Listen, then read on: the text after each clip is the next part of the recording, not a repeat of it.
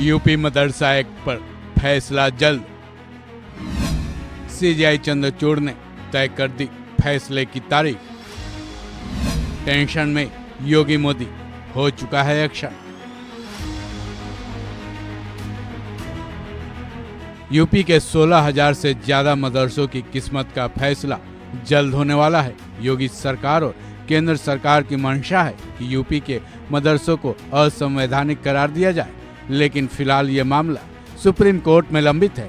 इसी साल के मार्च के महीने में सुप्रीम कोर्ट ने योगी और मोदी सरकार को न केवल टेंशन दी थी, बल्कि मार्च में दिए गए अपने फैसले के तहत उन्हें नोटिस भी थमाया था। सुप्रीम कोर्ट में सीजेआई की अगुवाई वाली 3 जजों की बेंच ने मार्च के महीने में एक कड़ा फैसला सुनाया था, जिसमें यूपी के मदरसा एक्ट पर इलाहाबाद हाई कोर्ट के इस फैसले को पलट दिया गया था, जिसमें इलाहाबाद हाई कोर्ट ने यूपी मदरसा एक्ट को असंवैधानिक करार दिया था।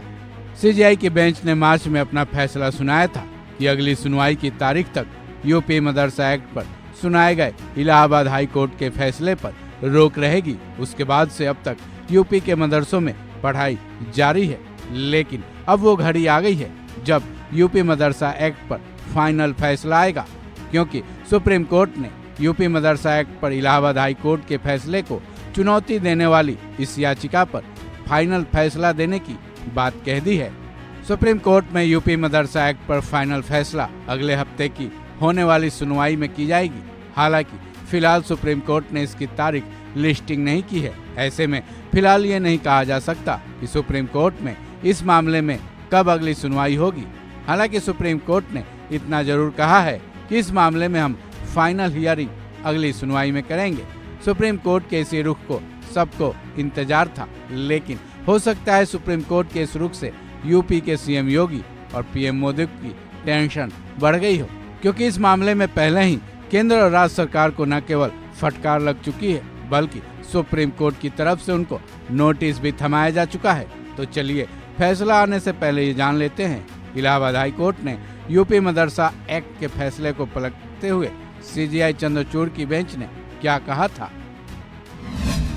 इलाहाबाद हाई कोर्ट ने मदरसा एक्ट के प्रावधानों को समझने में भूल की है। हाई कोर्ट का ये मानना कि यह एक्ट धर्मनिरपेक्षता के सिद्धांत के खिलाफ है, वो गलत है।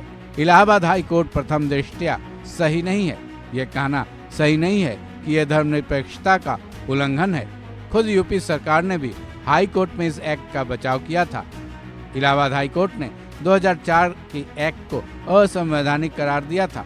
तो क्या हम ये मान लें राज्य ने हाई कोर्ट में कानून का बचाव किया है?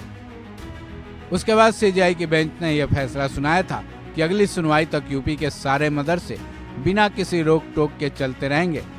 चलिए अब जान लेते हैं आखिर ये एक्ट कब आया था।